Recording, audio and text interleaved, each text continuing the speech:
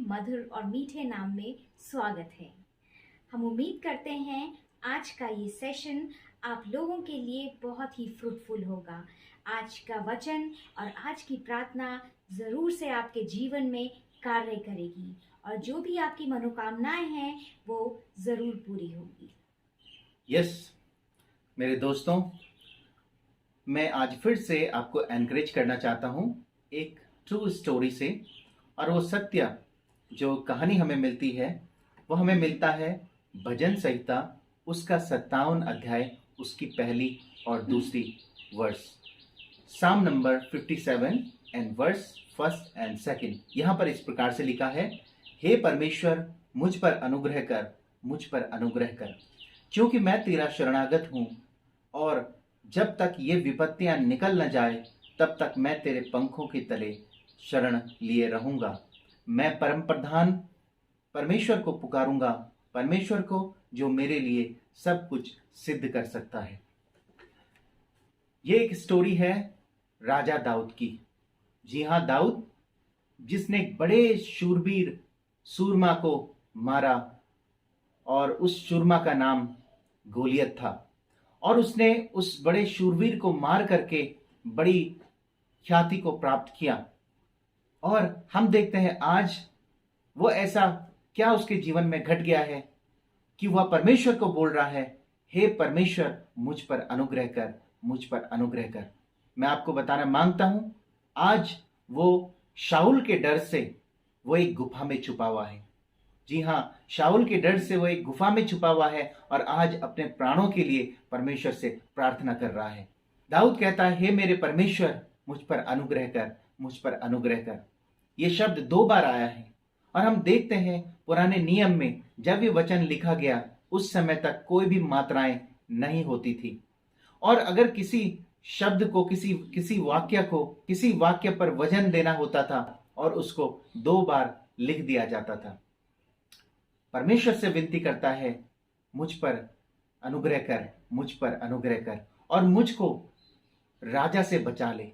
मुझको, मेरे प्राणों के पीछे राजा पड़ा हुआ है, मुझको तो बचा ले। मालूम है वो एक उपमा का इस्तेमाल करता है, एक अलंकार का इस्तेमाल करता है, और वो अलंकार है रूपक अलंकार। और वो कहता है, मैं तेरा शरणागत हूँ और जब तक ये विपत्तियां निकल न जाएं तब तक मैं तेरे पंखों तले शरण लिए रहूंगा। जी हाँ प्रियो, दाऊद इस बात को कहता है कि मैं तेरा शरणागत हूं और जब तक ये विपत्ति निकल न जाए मैं तेरी शरण लिए रहूंगा। ये पुरानी परंपरा थी कि उस मरुभूमि में, उस रेगिस्तान की तपती निर्दयी धूप से बचने के लिए जिस प्रकार से एक पेड़ की छाया उनके लिए बहुत आनंददायक होती है, और जिस प्रकार से पक्षी अपने बच्चों को अपने पंखों की तले शरण दिए रहते हैं ताकि उस तपती धूप से, ताकि वो उन तूफानों से अपने बच्चों को बचा सके, इसी प्रकार से हर एक इजरायली अपने परमेश्वर यहोवा को शरण स्थान के रूप में मानते थे। जी हाँ, और उसी परमेश्वर की शरण में जब लोग जाते थे तो विपत्ति से बच जाते थे। और आज दाऊद भी कह रहा है, हे परमेश्वर मुझ पर अनुग्रह कर, मुझ पर अनुग्रह कर, और जब तक ये विपत्ति टल न जाए तब तक मैं तेरा शरणागत बना रहूंगा। आज प्रियो, हम भी परमेश्वर से कह सकते हैं, प्रभु जब तक ये विपत्ति टल न जाए तब तक मैं तेरा शरणागत रहूंगा।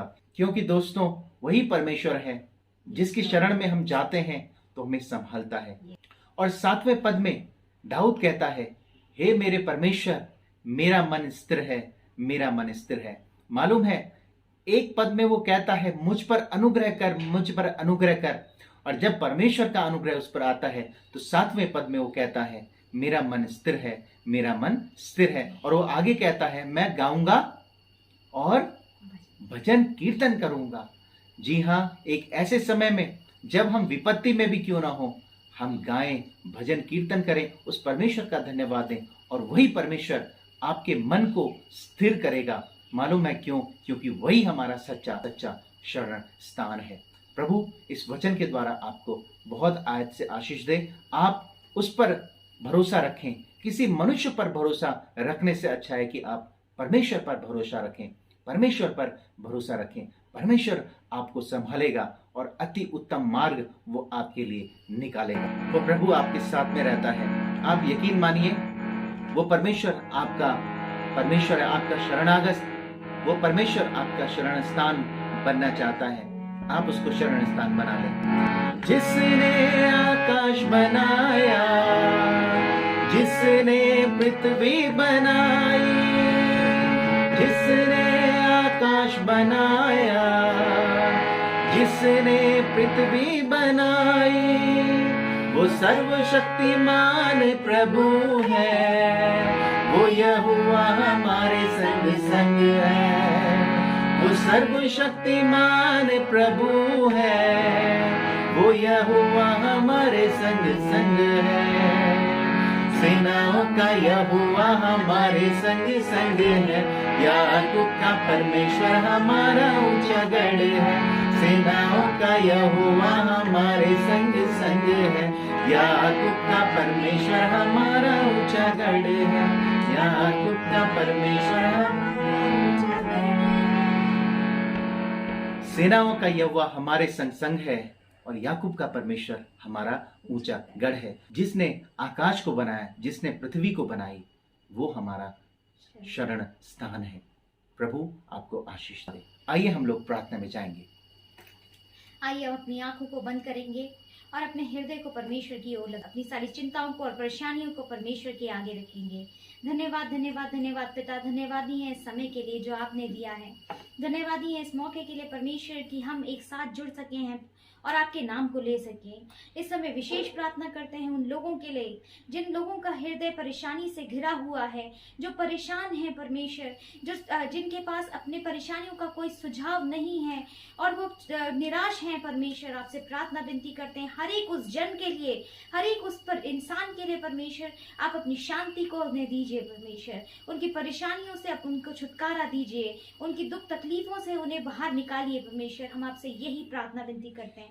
हम प्रार्थना विनती करते हैं हमारे देश में इस बीमारी के लिए, जितने लोग इस बीमारी में ग्रसित हैं परमेश्वर, कोरोना रूपी बीमारी से लोग जो आज परेशान हैं परमेश्वर, आपसे प्रार्थना विनती करते हैं उन लोगों को अपने हाथों से छूइए परमेश्वर। उन लोगों को छूइए ताकि वो जल्दी से जल्दी चंगाई को प्राप्त कर सके और आपके धन्यवादी हो सके। आपसे प्रार्थना करते हैं हर एक उस टूटे मन के लिए परमेश्वर, हर एक उस टूटे हुए घर के लिए परमेश्वर। आप अपने हाथों को उस परिवार में रखिए, हर एक अपने हाथों को उस मन पे रखिए परमेश्वर, ताकि वो जल्दी से ठीक हो सके और आपकी हुजूरी में आ सके। आपसे प्रार्थना विनती करते हैं, विनती को सुना पवित्र बेटे यीशु मसीह के नाम से मांगते हैं, आमीन। प्रभु जी एक बार फिर से धन्यवाद हमारी विनती और प्रार्थना को ग्रहण करने के लिए। आप परमेश्वर हैं जो हमारी प्रार्थना को सुनते हैं और प्रभु जी आदर के साथ में ग्रहण करते हैं। प्रभु धन्यवाद। एक एक जन जो प्रभु जी इस प्रार्थना को सुनता है, प्रभु उस जन को प्रभु जी आप बरकत देना, उसके लिए बड़ी आशीष आप प्रभु जी करना परमेश्वर, उसके जीवन में, उसके घर में, व्यक्तिगत रूप से, पारिवारिक रूप से प्रभु जी उसको आशीष देना। और हम प्रार्थना करते हैं प्रभु सारी निराशाओं को दूर करना और प्रभु आपकी आशा उनके जीवनों में उतर करके आने वाली हो सके। हम धन्यवाद देते हैं परमेश्वर, हमारी विनती और निवेदनों को प्रभु जी आप सुनते हैं। और प्रभु जी एक बार फिर से प्रार्थना करते हैं परमेश्वर, हर एक जन प्रभु आप में आशीषित हो सके। अगर किसी को कोई प्रॉब्लम है, अगर किसी के प्रभु जी शारीरिक रूप से कोई अस्वस्थ है, प्रभु जी आंखों की प्रॉब्लम या फिर प्रभु जी उसकी प्रभु जी कोई भी प्रॉब्लम हो, यीशु शारीरिक दुर्बलता को दूर करें।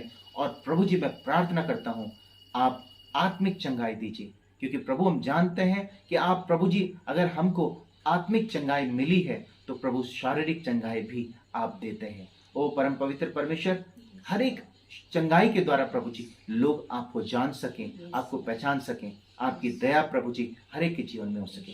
यीशु के नाम से मांगते हैं, आमीन। सो अजीजों, थैंक यू हमारे साथ में सहभागी होने के लिए। प्रभु आपको बहुत आज से आशीष दे, आमीन।